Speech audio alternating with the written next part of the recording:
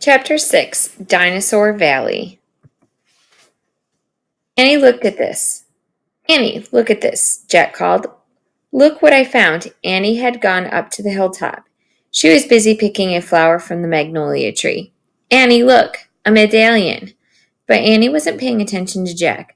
She was staring at something on the other side of the hill. Oh, wow, she said. Oh, wow, she said. Annie, clutching her magnolia flower, she took off down the hill. Annie, come back, Jack shouted, but Annie had disappeared. He stuffed the gold medallion into his jean pocket. Then he heard Annie shriek. Annie! Jack heard another sound as well, a deep, bellowing sound, like a tuba. Jack, come here.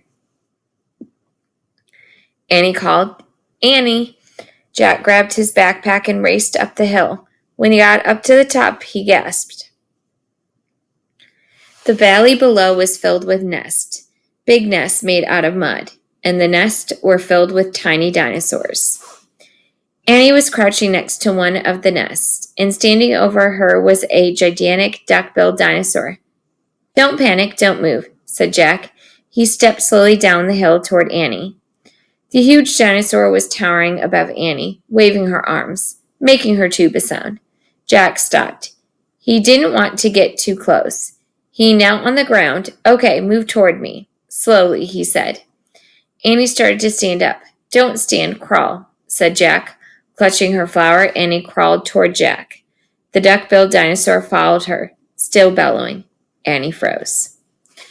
Keep going, Jack said softly. Annie started crawling again. Jack inched further down the hill until he was just an arm's distance from Annie. He reached out and grabbed her hand. He pulled Annie toward him. Stay down, he said. He crouched next to her. Bow your head. Pretend to chew. Chew? Yes, I read that's what you do if a mean dog comes to you. She's no dog, Jack, said Annie. Just chew, said Jack. Jack and Annie both bowed their heads and pretended to chew. Soon the dinosaur grew quiet. Jack raised his head.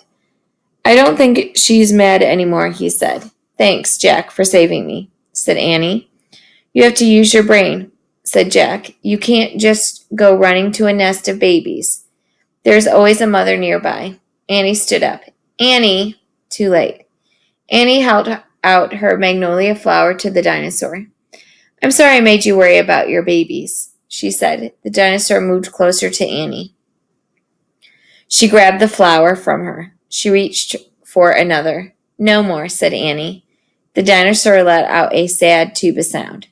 But there are more flowers up there, Annie said. She pointed to the top of the hill. I'll get you some. Annie hurried up the hill. The dinosaur waddled after her. Jack quickly examined the babies. Some were crawling out of their nests. Where were the other mothers? Jack took out the dinosaur book. He flipped through the pages. He found a picture of some duck-billed dinosaurs. He read the caption.